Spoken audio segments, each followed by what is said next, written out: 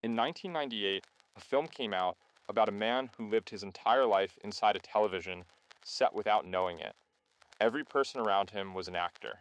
Every sunrise was artificial. Every feeling of love, friendship, achievement, and meaning he ever experienced was engineered by a production team working behind the walls of the largest set ever built. At the end, he finds a door in the painted sky and walks through it into whatever reality actually is. The film was called The Truman Show. It was received as a satire about television and surveillance, but it was describing something much older and much stranger than television. It was describing the human condition itself. In 1974, a philosopher at Harvard proposed a thought experiment that has haunted philosophy ever since.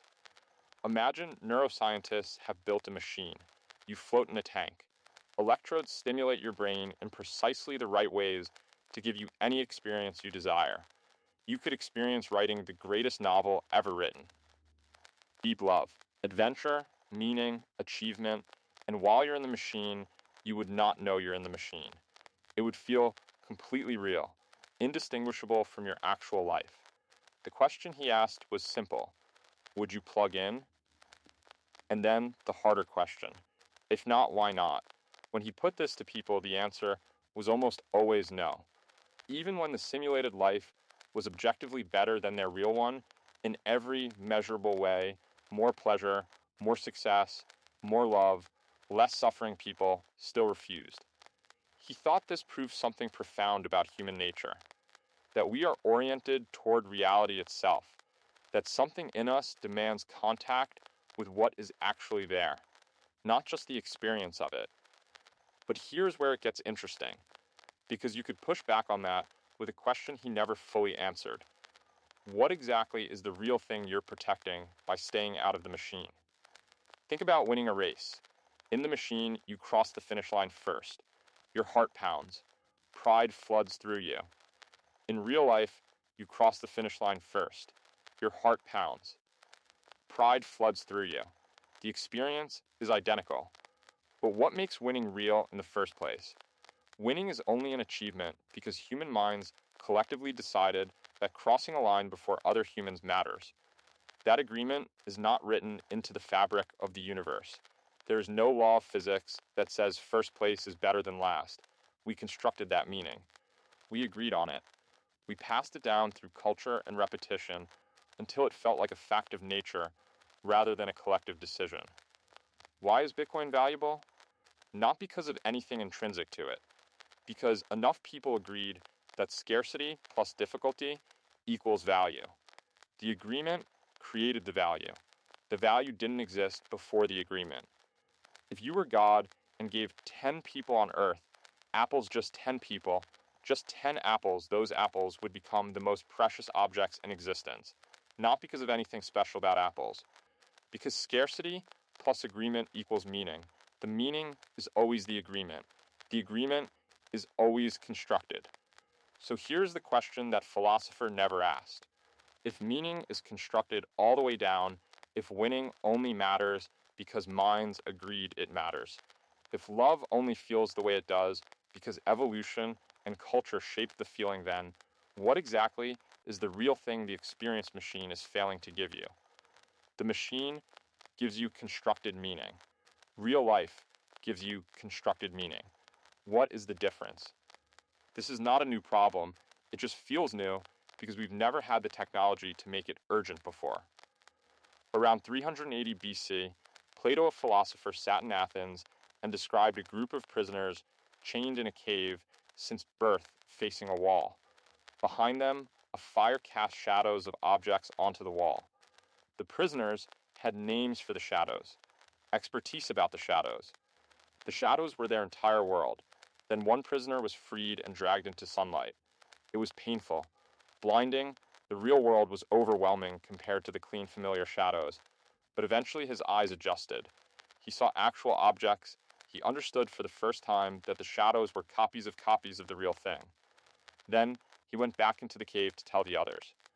They didn't believe him. They wanted to kill him. The question the cave raises is the same one the experience machine raises, and the same one the Truman Show raises. If you have lived your entire life with constructed meaning, if the shadows are all you've ever known, what exactly are you being freed into? What is outside the cave? What is through the door in the sky? And here's the uncomfortable answer: more construction. Human beings do not have access to raw, unmediated reality. Everything you experience passes through the filter of a nervous system that evolved to help you survive, not to show you the world as it actually is. Your eyes don't see light, they construct a model of light. Your memory doesn't record events. It reconstructs them every time you remember them slightly differently each time. Your sense of a continuous self moving through time is itself a story your brain tells to make sense of a flood of disconnected sensations. There is no view from nowhere. There is no experience that isn't already shaped, filtered, interpreted, constructed by the machinery of a mind encountering the world through its own particular aperture.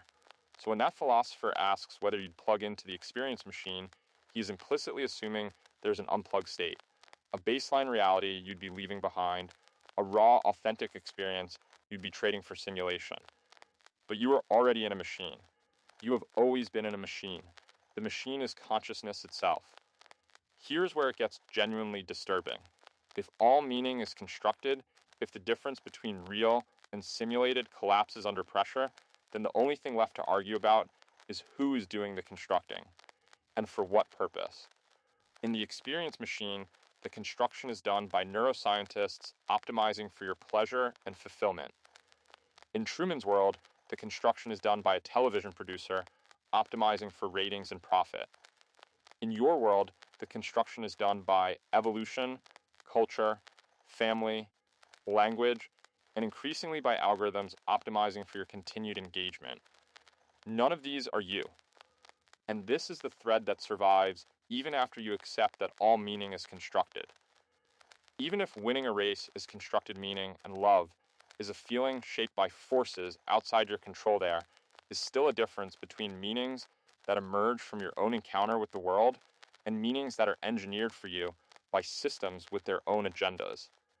The experience machine doesn't just give you experience, it gives you someone else's designed experience, optimized not for your genuine flourishing, but for whatever the designers were optimizing for. Truman's life wasn't bad by most measurable standards.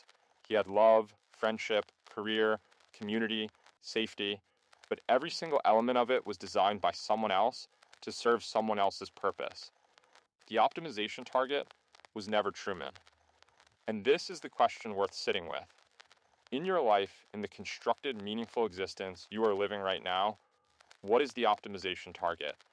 When you scroll through a feed that has been algorithmically tuned to your psychological profile with more precision than you know yourself what is being optimized, not your understanding of the world, not your genuine connection with other people, not your capacity for depth or meaning or love, your continued engagement, your attention as a product to be sold. When you feel the pull to present a curated version of yourself online, when you find yourself constructing experiences in order to document them rather than living them in order to remember them, who is the construction serving? You, or the platform that monetizes the performance? The meanings are constructed either way. The question is whether you are anywhere in the construction. At the end of the film, Truman stands at the door in the painted sky. The creator of his world speaks to him through the PA system of the entire fake reality. A voice coming from everywhere and nowhere. He tells Truman the world outside is dangerous. That inside the show, Truman has nothing to fear. That he can give Truman a perfect life. Truman asks, was nothing real? The creator says you were real. That's what made you special. And Truman walks through the door. The film ends there. We don't see what's on the other side.